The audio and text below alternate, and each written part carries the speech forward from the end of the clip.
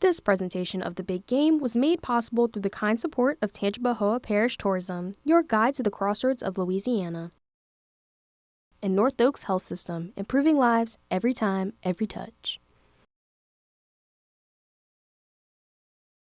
Tangipahoa Parish is home to the strawberry capital of the world and the premier destination for family fun and adventure. Whether you're looking to visit one of our historic museums, grab a bite to eat at our amazing restaurants, or attend an exciting local event, there's always something to do in Tangipahoa Parish. Tangipahoa Tourism is proud to support the Southeastern Channel in its mission to educate and inspire young media professionals right here in Tangipahoa Parish, the crossroads of Louisiana. Drop, yo.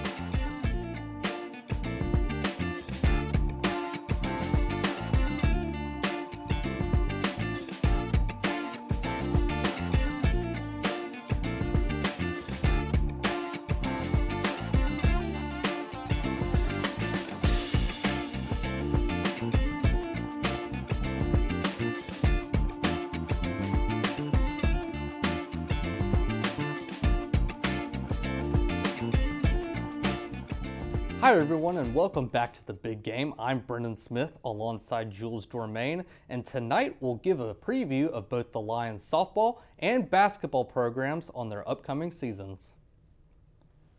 We'll also see how Southeastern volleyball is faring in the latest matchups as they enter league play. But first, let's see how Southeastern football picked up their first win of the season against Eastern Washington. All right, so we have here in the footage, we start the game off with Eastern Washington and Southeastern getting a chance to put the ball in the end zone to no success on their first possessions. Eastern Washington would get the ball back and would have Malik Dotson cross the goal line out of the shotgun formation to put the Lions up 7-0. It would take two turns with the football before the Lions could respond back, scoring with a 7-yard pass to wide receiver Darius Lewis, tying the game at 7. After scoring on offense, the Lions defense would make a stand with a 3-and-out, forcing the Eagles to punt and give the Lions excellent field position. After an Eastern Washington scored, the Lions would quickly retaliate back in a drive lasting under 2 minutes, carried by a strong running game as Harlan Dixon on one play would go for 35 yards and a touchdown score to put the Lions up 7. After already scoring on their last offensive possession, the Lions would again score as Eli Sawyer would pass to Brandon Hayes for a 17-yard touchdown. Another rally would come from the Eagles in that second quarter as a 43-yard touchdown pass from Cocoa Vesperis to Noah Cronquist would again tie the game before halftime. Southeastern started the second half with the ball, but could not take advantage of the added opportunity and were stopped by Eastern Washington on a 3-and-out. Despite being down only 3 points as a result of the field goal on 4th and 5, the Eastern Washington 46-yard line, the Lions would try on 4th down to no success, resulting in a turnover on downs. Southeastern's defense would quickly step up, however, with 2 critical sacks after the drive, giving this ball back to Southeastern's offense. And despite an injury to starting quarterback Eli Sawyer, taking him out of the game around the third quarter, Damon Stewart would step up for the Lions, leading them on a touchdown scoring drive, capped off with a Harlan Dixon run into the end zone. Afterwards, the Eagles would struggle against the Lions defense, and after the fourth quarter, Southeastern would get their first win of the season, winning 28-24. Coming off of polar opposite seasons, the men's and women's basketball teams started practicing on Monday. The women's team, led by Ayla Gazzardo, is looking to win a second conference championship in 3 years and make their way back to the March Madness tournament, hoping to make a bigger splash than they did last season. The men's team is looking to get back to its winning ways as well this season after extending head coach David Kiefer's contract through 2028. His Lions team hasn't posted a winning record since the 2022-23 season. The softball team is also looking to defend a conference title as they get closer to starting their fall exhibition games. For more on the softball team's offseason and their next campaign is Big Game reporter Miles Edwards. The Southeastern softball team had a school record 47 wins last season. Head coach Rick Freeman seemed very pleased with this team's growth over the past 3 seasons. The last 3 years around here has been special with 3 40-win seasons. The last 2 47 played for the conference championship the last 3 years, and obviously to win the conference championship this past year and get to a regional, and not only get there but make it to the regional finals was a big deal as we continue to build the program. Speaking of improvement, star transfers like Brittany Lewinsky from Syracuse and Haley Burns from Ole Miss will also plan to help build Southeastern's success. They're going to be really important. They're very, very talented, and we're very happy to have them. And I know they're excited, and we're excited for them. From the Big Game, I'm Miles Edwards. The Lady Lions volleyball team started the season off 0-4. However, as of late, things are looking up for Coach Jeremy White and his players. For more on that is Big Game reporter Brendan Smith. On their quest to three-peat the Southland Conference Tournament, the Lady Lions will play their string of conference opponents, hosting the Cardinals of Lamar and UIW. But this isn't the first time this season they played a team from the Southland Conference, as they beat the preseason favorite SFA Lady Jacks on September 6th. However, that success 3 weeks ago isn't distracting the Lions from what is ahead of them. Doesn't necessarily worry about who we've beaten or who we haven't beat. I think they really just come in every single day and work on taking each team the same way, not lightly at all, because every one of them can come in and they've proven in the past, even some of the weaker teams in our conference, if you don't take them seriously, then they can come back to bite you. And so we're just going to come every single day that we get into practice, or every day we're pre-gaming or planning for a team, that we're going to just take every single game as, hey, this is the championship-style game. We got to win this one in order to win a conference championship, and we got to treat it that way every time. Coming up after the break, we'll take a look at the Saints through 3 weeks, preview the MLB postseason, and take a look at Hammond High's football team. Don't go anywhere. The Big Game will be right back.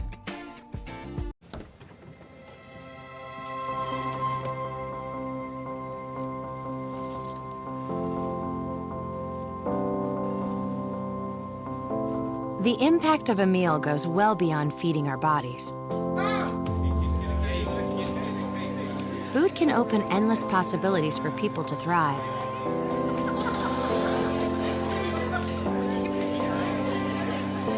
Because when people are fed, futures are nourished.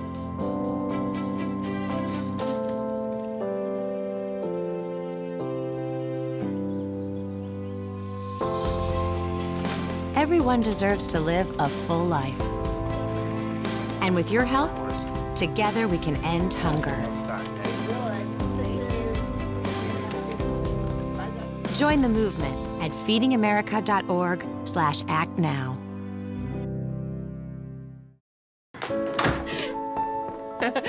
My baby's back from the West Coast. Here are those pictures that you asked for your school project? First day of school, cute as a button. So long ago. Oh, here's Grandma Florence after that flood wiped out the whole neighborhood. Sometimes I just cannot believe all the storms we've gone through here. I can only hope that we'll be able to leave this house to you one day, baby. You're our legacy. Planning for these disasters will make sure we're safe, and is the best way to protect that legacy. Those beans smell heavenly. Give Mom a little credit. You know what? We should make an emergency communication plan. That way we're ready this year. Oh, Great idea. At my dorm, we have emergency kits for earthquakes and wildfires, but I'm sure there's something more local I can send you with a link. Okay. Smart. I'm coming to share with you guys. Protect your legacy. Plan for natural disasters today. Visit ready.gov/plan. Welcome back to the Big Game. Now to the Diamond, where the playoffs are getting closer for the MLB. To give us a look into who will be the teams to watch, here's Big Game reporter Kendrick Allen. Even though the weather is getting colder, the playoff race in Major League Baseball is scorching as we get closer to entering the postseason. The NL is led by who many consider the best team in baseball, the Philadelphia Phillies, who may say that the best offense is one you can't hit, with one of the best pitching attacks in the majors, being top 10 in wins, shutouts, and ERA. They are looking to win their first championship since 2008, and the Philadelphia faithful think the time is now. The AL is yet again seeing a resurgence from the Cleveland Guardians, who are the surprise of the season after turning it around. They turned into a force to be reckoned with as they cruised into their second division title since 2016, which, if you don't remember, was the same year that they saw a World Series berth against the Chicago Cubs. Even with these leaders, there's no denying the dominance of, you guessed it, the New York Yankees, with Aaron Judge, Juan Soto, and Jazz Chisholm showing once again that it pays to eat your Wheaties and get a full night's sleep. Judge currently leads the majors in home runs, RBIs, and slugging, making him a favorite to win an AL MVP and making his Bronx Bombers an offensive juggernaut entering the postseason. The boys in blue from Los Angeles are not far behind, with Shohei Ohtani, who just became the first player in MLB history with 50 home runs and 50 stolen bases in a single season, further cementing his already storied career in the history books, while also offensively willing his team to the best record in the NL. However, Ohtani says that his new stat club is the least of his team's priority right now. The 50-50 mark was kind of like a clean, slate. In terms of, chasing for a record, but the most important thing right now for us is, we are leading the division, and just winning the division is probably the most important thing right now for me and for the team. Even with all this at the end of the day, anything can happen in the MLB playoffs, as 12 teams will finish off the season and fight with everything that they have to win the World Series in order to lift that 30-pound trophy in October. For the big game, I'm Kendrick Allen. With high school football fully underway, we wanted to check in with the game changers of tomorrow. To give us more on that, here's big game reporter Jules Dormain. The Hammond High season started up the road in Denham Springs against the Yellow Jackets. Hammond's defense got off to a hot start with this huge tackle for a loss, forcing the Jackets to punt. Hammond relied on offense heavily on their run game behind number 2 Zaylin Bennett and number 1 Reginald Monroe. Despite a huge tackle for a loss by Jackets senior leader Rancher Miller, the Tornadoes find their way into the end zone 7-0 early. The Hammond defense continues to stand strong against this Jacket front with this huge sack. Denham Springs senior quarterback makes a freshman mistake, throwing into a storm of Tornado defenders, picked off by Hammond High. QB Jerry Horn redeems himself, though, with a dart to the end zone to Tylen Haynes. Jackets would miss the extra point, 7-6. Horn is finding wide open defenders all over the field. Pick 6 for the Hammond High Tornadoes. This is excellent play calling here by the Jackets, getting the tunnel screen to Tylen Haynes down the sideline. He gets into Hammond High territory. Unfortunately, they're not able to do anything with the field position. Another huge tackle by number 1 Rancher Miller. Jackets storming back late find their way into the end zone to take a 5-point lead after all 3 PATs were missed. On 4th down, there was a heave to the end zone, caught but ruled out of bounds. The Jackets need a first down to run this clock out, and the refs ended up giving it to them. Despite a strong showing in the first half, the Tornadoes fall to the Yellow Jackets 19-14. Reporting for the big game, I'm Jules Dormain. Now to the pros, where the Saints have gone through 3 weeks of play. For the recap on how they have done, here's big game reporter Lucas Hill. Going into the 2024 NFL season, nobody could have predicted where the New Orleans Saints could be after just 2 weeks, putting up 91 points in total, only the second most in NFL history, behind only the 2009 New Orleans Saints, who would eventually win the Super Bowl that year. After many issues with quarterbacks since the end of the Drew Brees era in 2020, the Saints finally got their offense clicking, and including a $100 million quarterback in Derek Carr. With the correct offensive coordinator that creates big plays from Carr and getting Alvin Kamara looking like his old rookie self, mixing up him with the run game as well as getting him out into the open space with getting the football to him in the pass game, the Saints have put together a top 10 offense, one of the few times that you've seen that in recent memory. There's also the defensive side of the ball. consistently getting pressure and mixing up different formations for a safety blitz, disguising coverages, and the Saints defensive line putting together great pass rushes. Despite the loss this past week where the offense struggled to put together drives after their defense forced 3 turnovers and a blocked punt, Saints fans seem to believe that the terrific start that they had to the season will be over with and will lead to their 4th straight season missing the postseason. But don't give up hope for this team just yet. And I think that's really where it started. Again, you know, that's a good football team that we played today. I mean, it's a team that was, you know, in the Super Bowl 2 years ago, and they started the season out 10-1 last year. So it's a good team. They beat us today. We got to regroup and get ready for Atlanta. They got Atlanta next week, so you know it's a big division rival. It's a chance for them to come back after a bad loss against an Eagles team that really you had many opportunities to beat at the end of the day. But for the Saints, it's about regrouping and getting ready for another division rival. The big game, I'm Lucas Hill. Time for a break, but when we come back, we're going to wrap this show up with a look at how the Lions fared on Saturday, how the fans enjoyed the day, then some pick and roll. Don't go anywhere.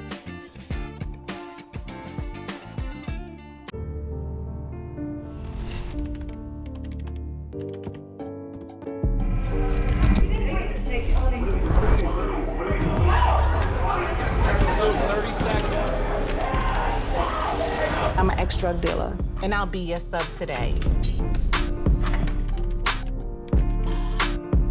Can you see anything different as a pill? No. You don't know? Fentanyl is being mixed into everything now. There's only one thing that will save somebody's life. That is naloxone nasal spray. Fentanyl, it's cheap, it's potent, and it's profitable. Why would drug dealers put a lethal dose of fentanyl in drugs if they know it's so harmful? Really just all about the money. I just didn't realize that one pill could change your whole life. More kids should know.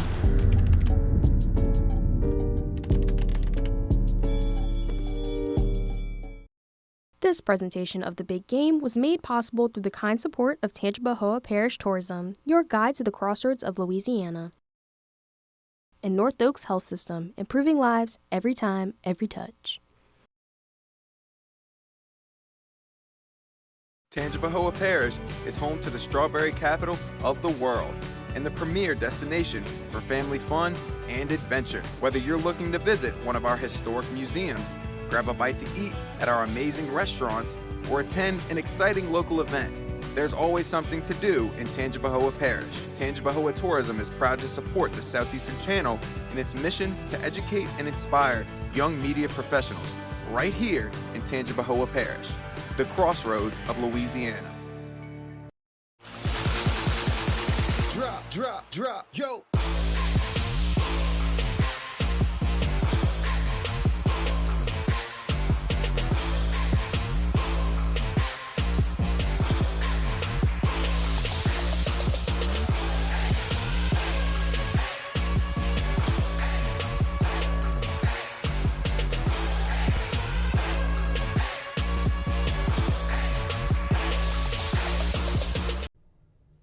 Welcome back to the big game. Before we get into how the Southeastern football game against the #1 team in the nation went, we want to showcase the tailgating that happened before the game. For more, here's big game reporter and tailgate crew member Alexis Schubert.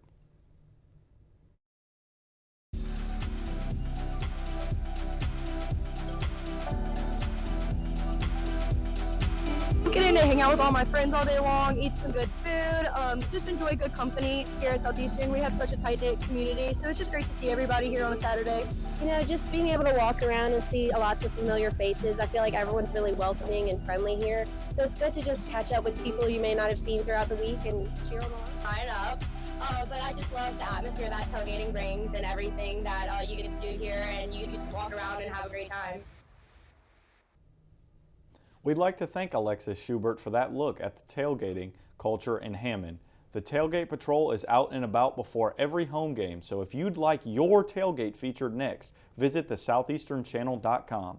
We'd also like to announce that we will be live streaming the championship game of the Intramural Flag Football Tournament during the week of October 13th. We'll be streaming it live on the Southeastern Channel YouTube channel. Make sure that you tune in. The Southeastern Lions football team welcomed the #1 team in the nation, the South Dakota State Jackrabbits, to Strawberry Stadium on Saturday after a statement win the week before. For how that went, here's big game reporter Logan Loving. The Southeastern Louisiana University Lions played host to the South Dakota State Jackrabbits this past Saturday. It was a game that got off to the wrong start for the Lions, and following Dallas Beanham's punt return touchdown, it only got worse. Led by a couple big runs from Kirby Voorhees, who finished the day with 5 carries, 179 yards, and 3 touchdowns, the Lions were purely outmatched in this game. And despite a couple big plays through the air, the Lions' passing game never had a chance to get going. The final score was Jackrabbits 41, Lions 0. I think as a head coach, I put too much emphasis on this game as to who they were, instead of it's just another game to our players. We talk about that all the time. You just got to go out and play. It doesn't matter who you play. You got to play. It's more about you than it is about your opponent. This coming Saturday, the Lions travels to face Tarleton State in Stephenville. Reporting for the big game, I'm Logan Loving. Now let's get into pick and roll. Now, Jules, FBS is often most discussed when discussing college football, but us as Southeastern students, we feel the responsibility of discussing some key FCS football games going on across the country. Now, Jules, what are some games that you are going to look out for? Yeah, first off, I want to say that FCS football is, in my opinion, just as good as FBS football. But some key matchups that I would want to look at, specifically Idaho and UC Davis. Idaho has already played 4. This will be their 4th ranked opponent this year. They played #3 Oregon early in the year, only lost by 10 points to FBS Oregon. They also, the next week, went on to beat FBS Wyoming. And UC Davis, they've been phenomenal on offense all year, and both teams have really been able to play defense well in the second half. I think that's going to be a great matchup to look for this week. Well, that should be a great passing game. My game to watch will focus more on the running attack, as I have Central Arkansas versus Lamar, 2 of the country's best running backs in Shunderick Powell and Kalon Griffin are going to face off against one another. Not to mention that, but these are 2 defenses that only average about 20 points per game. So it should be a nice, hard-fought defensive battle with a lot of rushing. Yeah, and I think that kind of, that goes with each other. Whenever you're a defensive team, you often try and limit a team's passing attack, but these 2 teams are very prolific on the ground. So it's definitely going to be a mix-up for those 2 teams playing each other this week. And we just discussed FCS football, and as another talking point, big Pac-12 news with them taking over some teams in the Mountain West Conference. Jules, do you see any potential FCS teams that you think could make the move up? Man, there are 2 that really stick out to me. We just hosted them here in Hammond, the South Dakota State Jackrabbits. I mean, they get athletes in there every single year. Their first, second, and third stringers were balling out against Southeastern. I think that they could really make the step up to FBS football, along with their partner school, I say that, their neighboring school, North Dakota State University as well. They're also a really quality program that I could see moving up. You talked about partner schools. I think 2 candidates that could really make the jump is Montana and Montana State. Those 2 have great facilities, not to mention that, but they're also attached to the hip, who play some pretty great football against one another. Brawl of the Wild deserves to be an FBS football. I 100% agree with that. And now, we can't discuss conference expansion without discussing a realignment. Now, Jules, a lot of people have a lot of different opinions on this, but what is your opinion on it? I think that conference realignment is good for the overall game of college football. It allows, like we're seeing now, the Mountain West, a lot of teams are moving out. So it's giving the FCS teams an opportunity to move up and take their spots. But there's some weird things where some schools are going into conferences that don't really make sense. Like, why are Cal and Stanford in the ACC, the Atlantic Coastal Conference? Like, those kind of things don't really make sense to me. But, I mean, overall, I like the idea of conference realignments. I totally agree with you, Jules. That'll do it for this episode of The Big Game. For more information on Lion Athletics, visit www.lionsports.net. And for more of us here at The Big Game, visit thesoutheasternchannel.com. So for Jules Dormain and the entire Big Game crew, I'm Brennan Smith. Thanks for watching, and we'll see you next week.